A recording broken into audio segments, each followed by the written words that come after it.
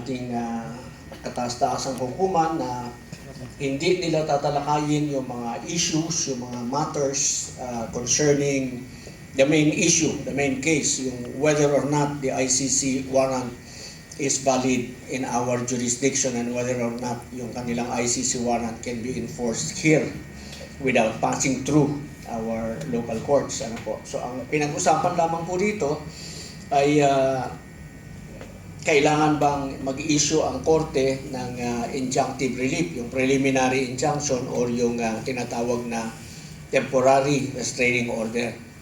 Apat po yung requirement bago ka mabigyan ng Korte Suprema ng injunctive relief, yung temporary restraining order. Dalawa po yan. Pagka preliminary injunction, kailangan po may hearing, may notice and hearing doon sa kabilang party. Pag nakita ng Korte Suprema na kailangan na mag-issue agad, kahit walang notice sa kabilang party, yung temporary restraining order na ini-issue. So, apat po yung qualification. Clear and unmistakable right. Sabi ng Supreme Court, kailangan merong maliwanag na karapatan na ina-allege yung petitioner. There is material and substantial invasion of this right. There is an urgent need for a writ to prevent irreparable damage or injury. At pang-apat po, yung there is no other ordinary, plain, or speedy remedy in the ordinary course of law. Tinalakay po ng ating Korte Suprema, sinabi nila na walang maliwanag na karapatan. Si Senator Bato na naihayag, sabi ng Korte Suprema, he failed in this aspect dahil hindi niya maliwanag na ipakita sa hukuman na siya ay mayroong clear and unmistakable right na kailangang proteksyonan.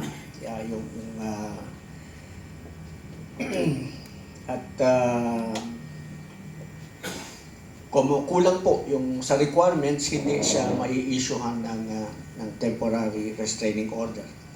Yon. So kaya walang in-issue na temporary restraining order. At ang naging decision po, siyam yung sumang-ayon, 5 yung tumutol, at isa yung hindi nakaboto dahil on leave yata si Justice. Yun. So that is where we are at. Merong magandang punto yung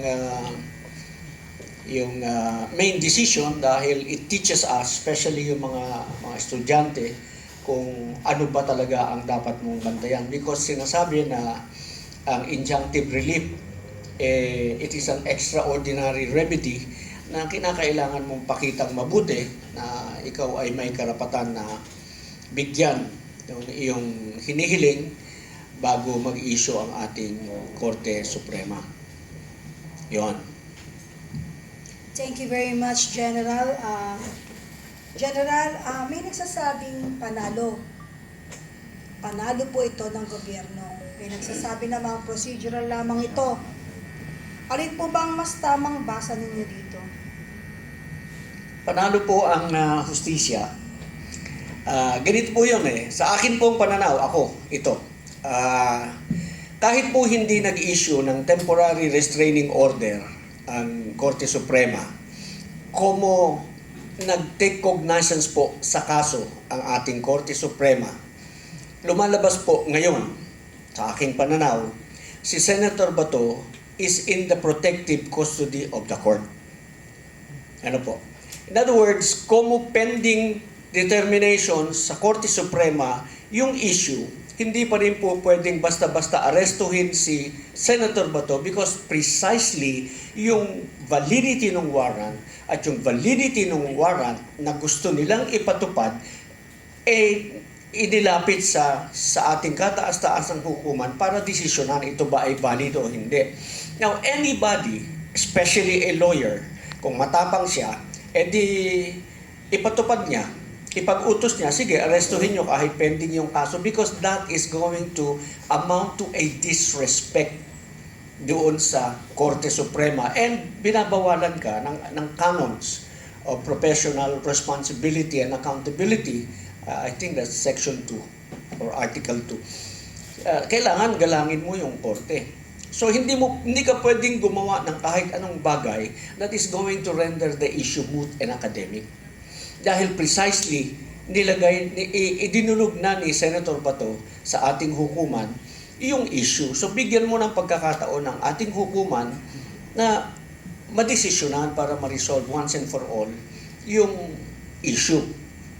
Okay, so no TRO pero still I don't think any police pag police ang nagpa-enforce, sino nag-utos sa police? Sumusunod lang naman ang police. Ano po?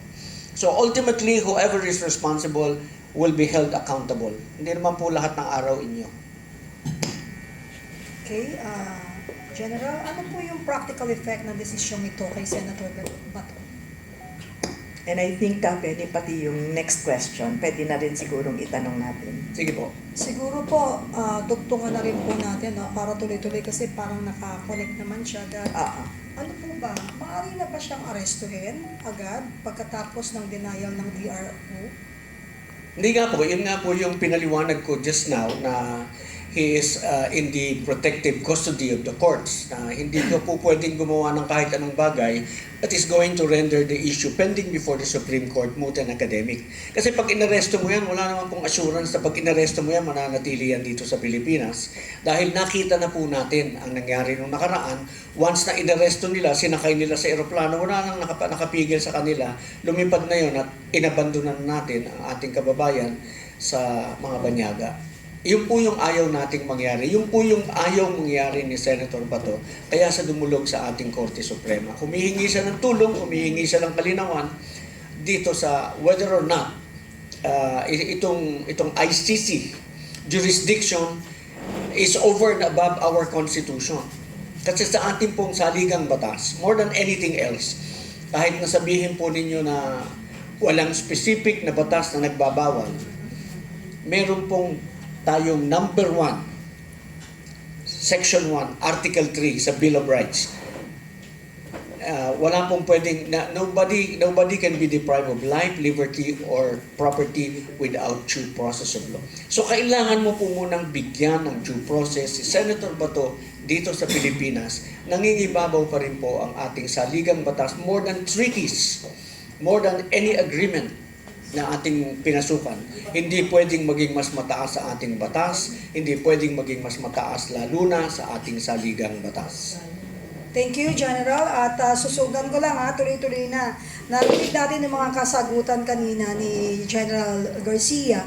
Ngayon naman, tuloy-tuloy na po para mabigyan daan pa natin ang mas marami pong katanungan pa na nanggagaling din po sa ating mga viewers and of course sa mga vloggers and media na may mga vloggers tayong mahihain hindi yan nagtatanong ng ano.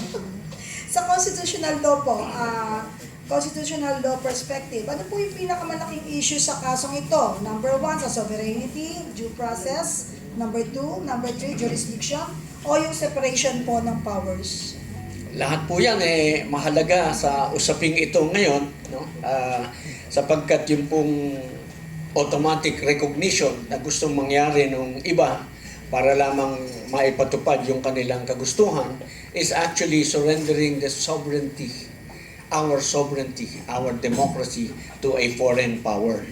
Ang nangyayari po, ang magiging epekto noon, parang lumalabas na yung tratorya na pinasukan natin ay naging mas mataas pa sa ating saligang batas. Naging mas makapangyarihan sa ating municipal laws dito sa ating bansa. Hindi po uubra yun. Kaya nga po, umaasa tayo na sa darating na mga araw, sa lalong madaling panahon, ay tutugunan ng ating kataas-taasang hukuman ang mga issues na ito. Okay, Attorney.